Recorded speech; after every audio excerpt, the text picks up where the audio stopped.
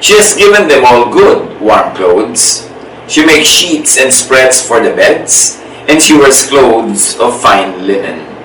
So pag daw may snow, itong babaeng ito ay maganda ang damit niya, ng kanyang mga pamilya, ng asawa niya at mga anak, lahat ng nakatira sa kanyang bahay. Magaganda ang mga sapin ng kanilang mga kama, at pati ang personal niya kasuotan ay maginhawa at maganda rin. Her family is well provided for during lockdown.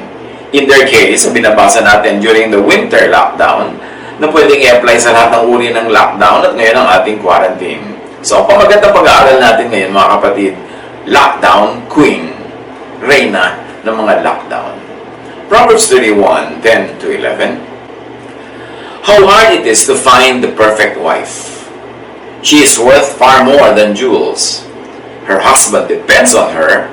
He will never be poor. Oops! Apply natin agad to all, ha? Hindi lang dapat yung wife o yung mother ang ganito. Ganito rin yung husband. Ganito rin yung children na ang family members nila will never be poor because everybody is reliable, because everybody is productive, and everybody is so godly. So, yung pag-aaral ng Proverbs 31, nagkataon na ang tunay na topic niya noong ito ay kinumpose ay babae, the ideal woman, pero dapat may ideal man, may ideal son, ideal daughter, daughter-in-law, son-in-law, apo. It applies and it should apply to all. So habang binabasa natin itong Proverbs 31, tandaan natin, hindi lang ito ipapatungkol dun sa babae, sa ginang, sa nanay, sa lahat ng members ng family.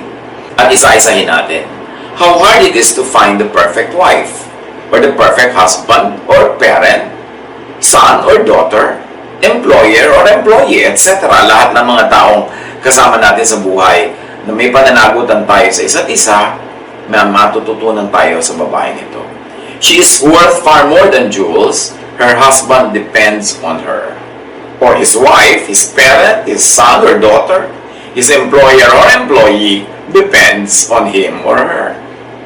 At sabi, he will never be poor.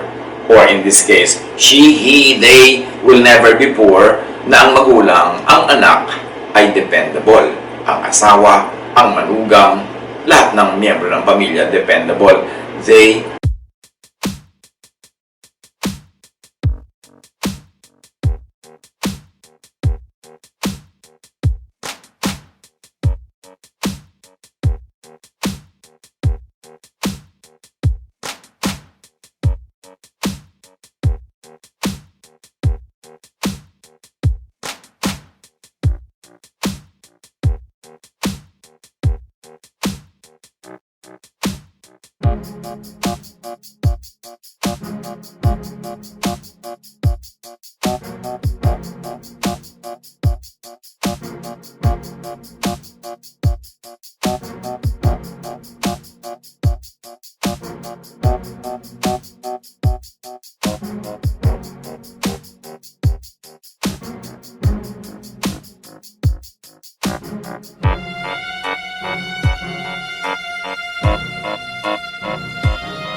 will never be poor.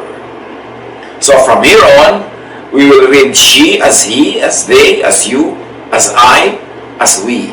Tayong lahat ang babaeng ito. It should apply to all of us. At ngayon, balikan natin at namnamin itong teachings on the ideal woman, the woman of Proverbs 31. Verse 12. She does good for her husband all her life. She never causes him trouble. So wala or minimize ang needless expense for repair. Pagka ang bawat miyembro ng pamilya ay matino, nagpapakatino, hindi sila gumagawa ng nakakasira sa kanilang pamilya, sa kanilang function, sa kanilang hanap buhay, konting-konti lang, kung meron man, ang kailangan nilang gastusin para mag-ayos ng mga nasisira. In other words, they're able to reserve their resources for better needs. They're able to conserve resources because they do not have to expend a lot of energy and a lot of resources just repairing things na nasisira ng mga pabayang miyembro ng pamilya. Proverbs 31:13. She is always gathering wool and flax and enjoys making things with her hands. So itong ideal family member na ito ay masipag, productive. Proverbs 31:14, she is like a ship from a faraway place. She brings home food from everywhere. So ang mabuting ina, mabuting ama, mabuting anak, maabilidad. Ang mabuting asawa, madilihensya. Pag umuwi sila, may uwing biyaya. May uwi-uwing prutas, may uwi-uwing pagkain, may uwing damit, may uwing kabuhayan, may uwing income. At pagka ganyan ang mga members ng family, talaga magiging lockdown king or queen. Kasi ibig sabihin, ano man ang mangyaring lockdown, you are ready. Proverbs 31:15, she wakes up early in the morning, cooks food for her family, and gives the servants their share.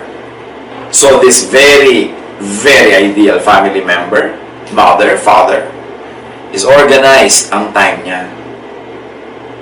Meron siyang ayos sa kanyang paggamit ng panahon. Organized siya gumawa.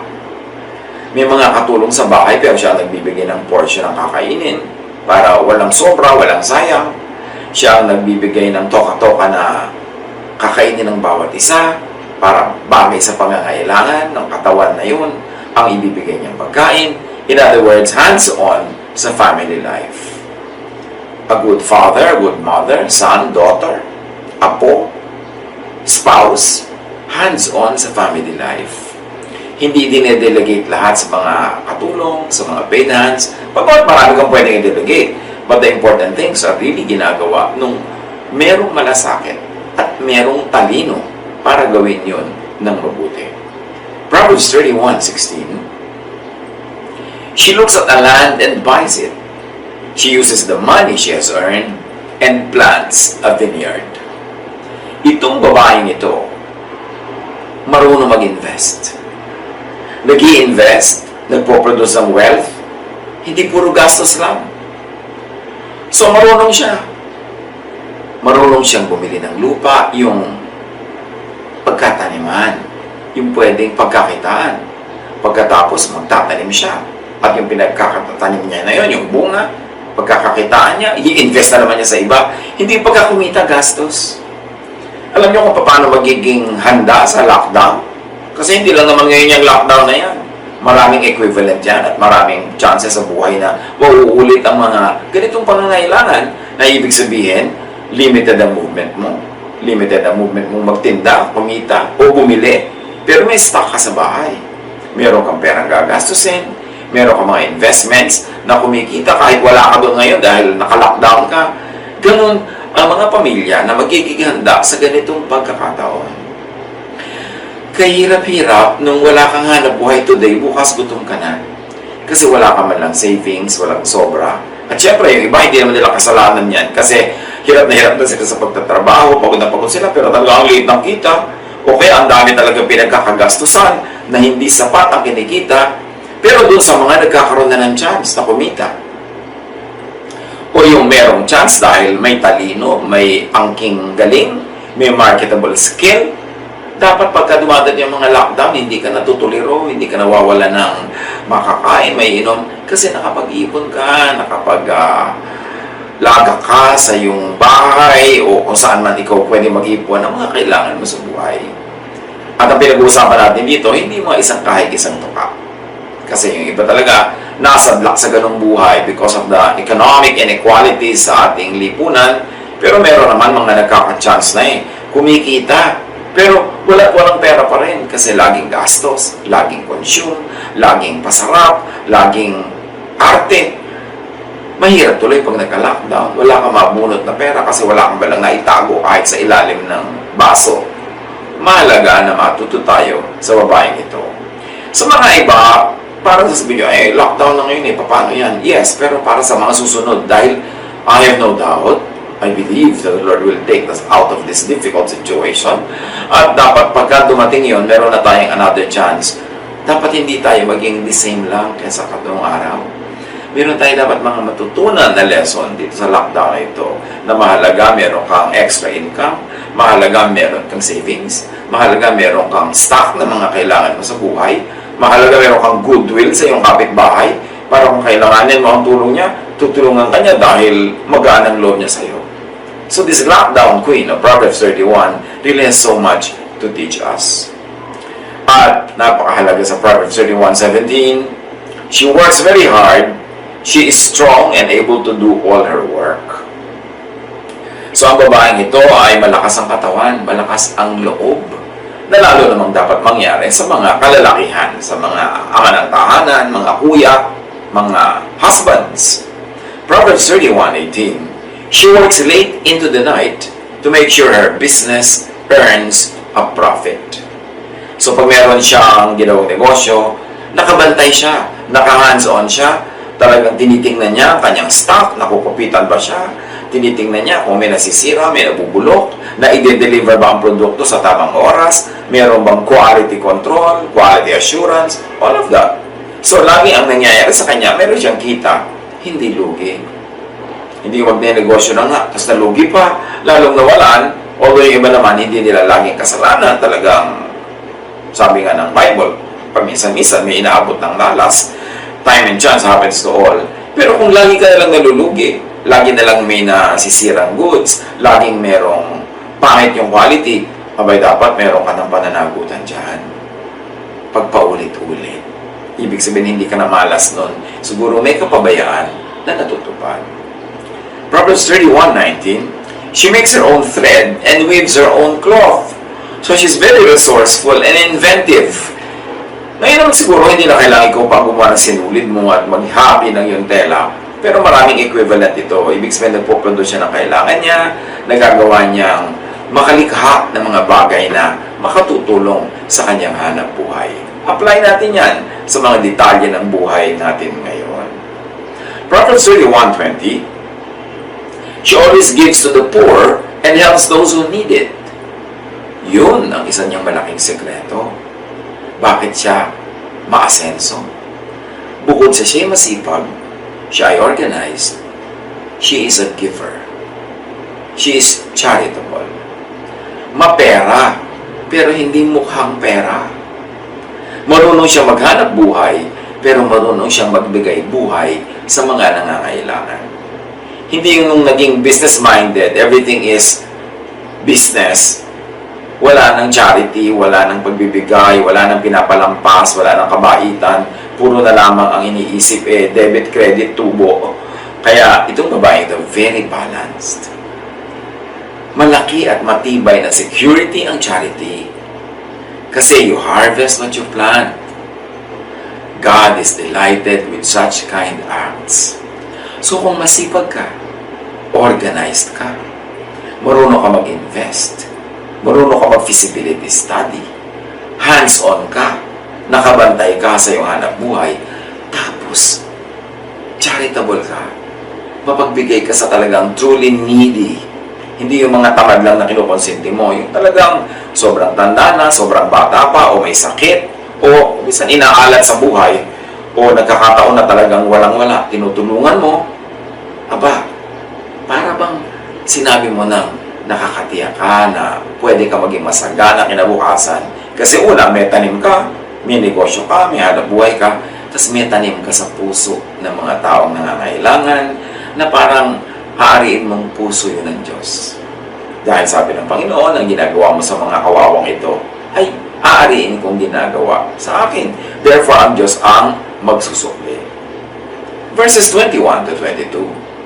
She does not worry about her family when it snows. She has given them all good, warm clothes. She makes sheets and spreads for the beds. And she wears clothes of fine linen. In yung opening verses natin. Bunga ito lahat ng pre-lockdown activities, projects, and lifestyle. Kung siya man ay well provided for nung winter o nung lockdown, nung quarantine, nung mga tag-ulan, tag-bagyo na hindi ka pwedeng kumilos at maghanap buhay, kung well provided man siya noon, yun ay hindi instantly nangyari. Yun ay bunga ng patuloy, consistent, regular, at maayos niyang paghahanap buhay bago dumating yung pangangailangan. Para yung mga langgam na binabanggit din sa Bible na bago pa man magtagulan, during harvest, during summer, ay napaka-isipang nila mag-impok ng mga maliliit na pagkain, kinukuha nila kung saan-saan, nilalakad, ibinubuhat, dinadala sa kanilang bahay, para pag dumating yung tag-ulan, na hindi sila pwede maglakad dahil may mga umaagos sa tubig, bumabaha, meron na silang pagkain sa loob ng bahay. Kumusta naman po ang stock natin ngayong lockdown, ngayong quarantine? Meron ba tayong stock dyan na sapat? Meron ba tayong pambili? Meron ba tayong sense of security? Itong babaeng ito meron. Sabi nga sa Bible, she can laugh at the days to come. She can be cheerful about the future.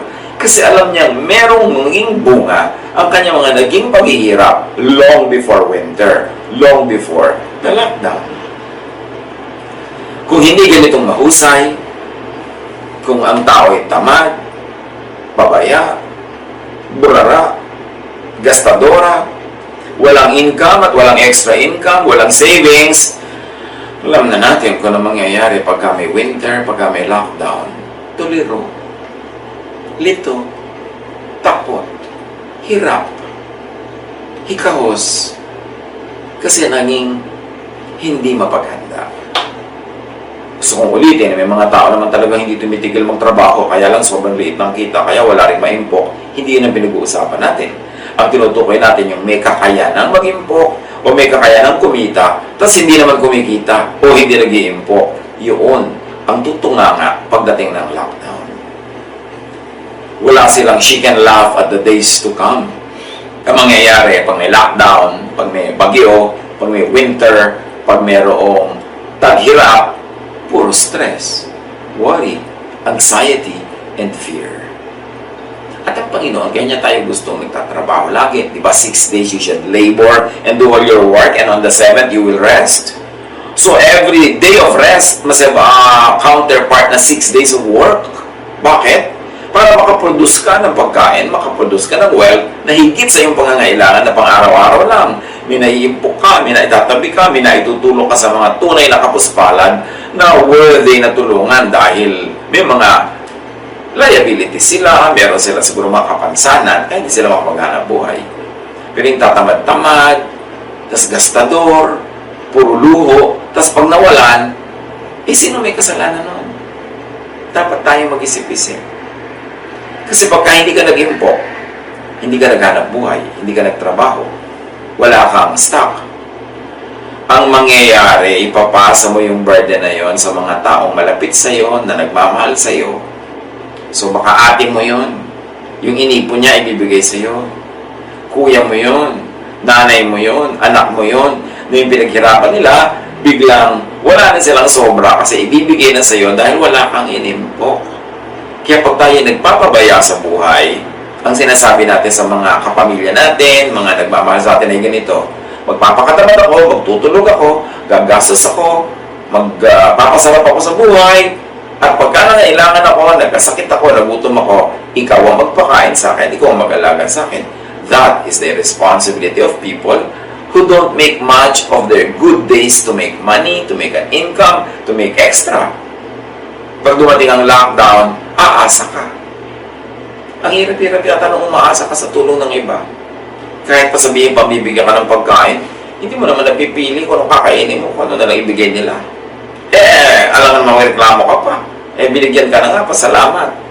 Kaya dapat pag kami ganito, ang nabubuo sa isip ng mga nangailangan, kinapos ay parang yung sinabi ni Scarlett O'Hara sa Wuthering Heights, I shall never go hungry again, habang hawak-hawak niya yung patatas na nahukay niya sa lupa. Kasi, dumana siya ng gutom. Tayo nakakaranas ng hirap sa ibibigay sa atin ng Panginoon na pagkakataon para muling maghanap buhay. Magsikap tayong mabuti.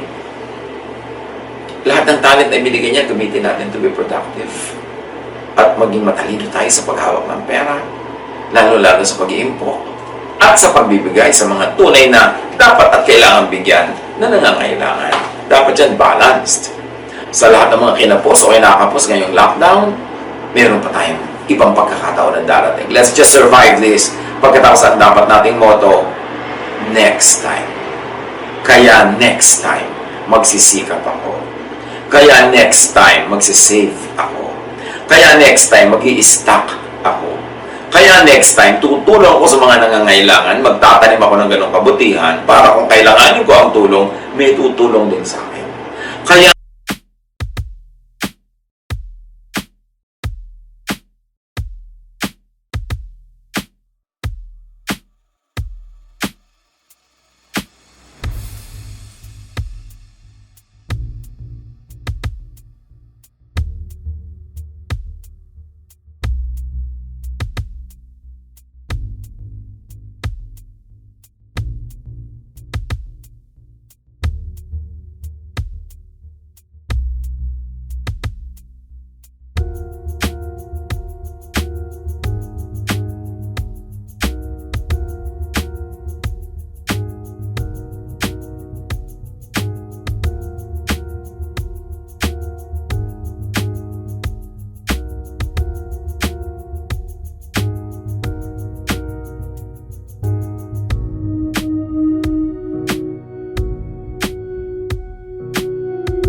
next time, magsisikap akong mabuti, maghahanap buhay akong mabuti para hindi ako dumanas ng sobrang stress pag may lockdown, pag may bagyo, pag may winter, pag may bulkan na pumutok. So, kung ito lang ang babaunin natin into the next phase of our life, post-lockdown life, sulit ang mga naranasan natin ngayong ganitong sitwasyon. If we will learn from this. Proverbs 31, 23 to 26. Her husband is a respected member of the city council, where he meets with other elders. She makes clothes and belts and sells them to the merchants. She is a strong person, and people respect her. She looks to the future with confidence. Yun ang maganda. She looks to the future with confidence. Sabi na ibang version, she can laugh at the days to come. She can laugh at the expenses to come kasi may pambayad siya. She can laugh at the days na hindi pwede magtrabaho kasi ang dami niyang tinrabaho na noon kaya pwede siya magpahinga ngayon. Meron siyang kita, meron siyang naimpok. Ito ang magandang, napaka-secure na feeling that hindi ka laging takot na takot sa bukas, sa next week, sa next month. Kasi napakaraming araw, linggo, buwan, taon before na nagtrabaho ka na talaga ng sobra. Kaya meron ka nang naitabi. And she speaks with wisdom and teaches others to be loving and kind. Sasabihin ng iba, nagiging loving and kind naman siya kasi mapera, kasi mayaman. No. Hindi lahat ng may savings ay nagiging loving and kind. Yung iba lalong dumadamot. Pag nakakapag-save, nakakakita ng pera, nakikita yung balance ng account nila o yung tumpok ng pera nila sa kahon ng sapatos, lalong dumadamot. Kasi mas lalo nilang gustong pataasin yung tumpok, palakihin yung balance. Pero ang babaeng ito, balance talaga ang isip. Marunong kumita ng marami at marunong din magbigay. Mas madaling maging loving and kind pag secure. Kaya gawin natin goal, kung hindi pa man tayo secure ngayon, kung secure na tayo, salamat sa Diyos. Pero kung hindi pa, yung maging secure. Magsikap talaga. At pag secure ka na, hindi ka natatakot na magugutom ka agad, nagiging mapagbigay ka lalo. Mas madaling maging mabait pag ganun. Proverbs 31, 27 to 29. She oversees the care of her house. She is never lazy. Her children say good things about her. Her husband brags about her and says, "There are many good women, but you are the best." So, ang babaeng ito is able to achieve kasi supportive ang family. Mas doable mag-achieve kung supportive, cooperative, at may family members. Suportahan natin ang isa't isa. Appreciate natin. Bigyan natin ng tulong kung kailangan. Or at least don't become a problem. Don't be an issue. Para yung paghahanap buhay niya, walang abala, yung kalusugan niya hindi na uubos sa pag-aalala sa'yo para makadiskarte siya sa buhay. Pag may successful member ng family, malamang supportive ang family members niyan. Pero meron naman talaga hirap na hirap sa family members, tapos nakakapag-achieve pa rin, well, double creation from God. Proverbs 31, 30 to 31. Grace and beauty can fool you, but a woman who respects the Lord should be praised. Give her the reward she deserves. Praise her in public for what she has done. Dapat ganitong gawin natin sa mga membro ng pamilya natin na masipag, kumikita, nakakatulong sa atin, may savings, mabait sa kapwa, matulungin sa mga maralita. Ganyan ang gawin natin, suportahan. At itong lockdown na ito, nararanasan ang lahat sa mundo. Ang pinakamasyadong affected talaga, yung walang naitabi, yung walang savings, walang stock, at yung pamilya magulo. Halimbawa, napilitan kayo magsama-sama sa isang lugar, tapos away kayo ng away everyday. Doble hirap naman yun. Dapat hindi ganun. So, ang babaeng ito, Proverbs 31, may maituturo sa ating maraming bagay. Yung ang ating katawan, gamitin natin yung lakas na ipinapahiram ng Diyos para maging productive and fruitful. We should produce our own food and should produce surplus to feed those who are genuinely needy of our help. The sick, the young, the old, at saka yung talagang dinarat na ng mga pagsubok sa buhay na masipag naman pero hindi pa lang nagkakaroon ng break. Importante na hindi tayo maging pabigat sa pamilya. Yun lang, hindi tayo pabigat, tulong na. Pero lalo na kung productive pa tayo, di lahat nagtutulong-tulong, gumagaan ang dalahin ng pamilya. As we have seen, talagang pamilya pa rin ang fallback ng lahat. Or its equivalent. Kung minsan, kaibigan nating matatalik, o kaya ay mga kapitbahay, o mga malayong kamag-anak sa dugo, pero sa samahan, malapit, yun pa rin ang pamilya. Sa ganito mga panahon, lockdown moments, nasa bahay ka lang, ang kasama mo talaga, pamilya mo, or its equivalent. Kaya mahalaga na during times na hindi lockdown, yung tayo ay malayang gumalaw, tayo ay malayang kumilos, maghanap buhay, iwag nating iwan yung pamilya natin, alam nga namang makasama lang natin pag lockdown. Pero pag hindi lockdown, kanya-kanyang lipad, kanya-kanyang buhay, hindi tayo nagkakaroon ng times of togetherness, eating together, enjoying life together. Magandang reminder din ang lockdown na ito para balikan natin yung mga basic things in life, what would really matter. Yung mga taong nandyan ay kaisilang at lumaki, yung mga taong nandyan pag ikaw ay tumanda, nagkasakit o mamamatay at ililibing, these are really the people who matter in your life. Nakadalasan, pag bata ka, gusto mo, kasama mo family, at pag matanda ka na o may sakit ka, kailangan mo ng tulong, gusto mo na uli ang family. Kaya marami mga nagtataksil sa asawa, gumagawa ng mga kabalbalan, gusto makasama kung kani-kanino, pag naman nagkasakit at tumanda, balik din doon sa asawa, doon magpapaalaga sa mga anak. Ang lesson, yung kailangan mo mga tao nung bata ka pa at kailangan ng alaga. At pag matanda ka at may sakit at kailangan ng alaga, sila rin ang alagaan mo at samahan sa katanghaliang tapat ng iyong buhay. Habang ikay malakas, ikay kumikita, ikay may sigla, doon mo rin gugulin ang marami mong panahon sa iyong pamilya, sa mga taong nagmahal sa iyo nung maliit ka pa, at magmamahal sa iyo pag matanda ka na, kayo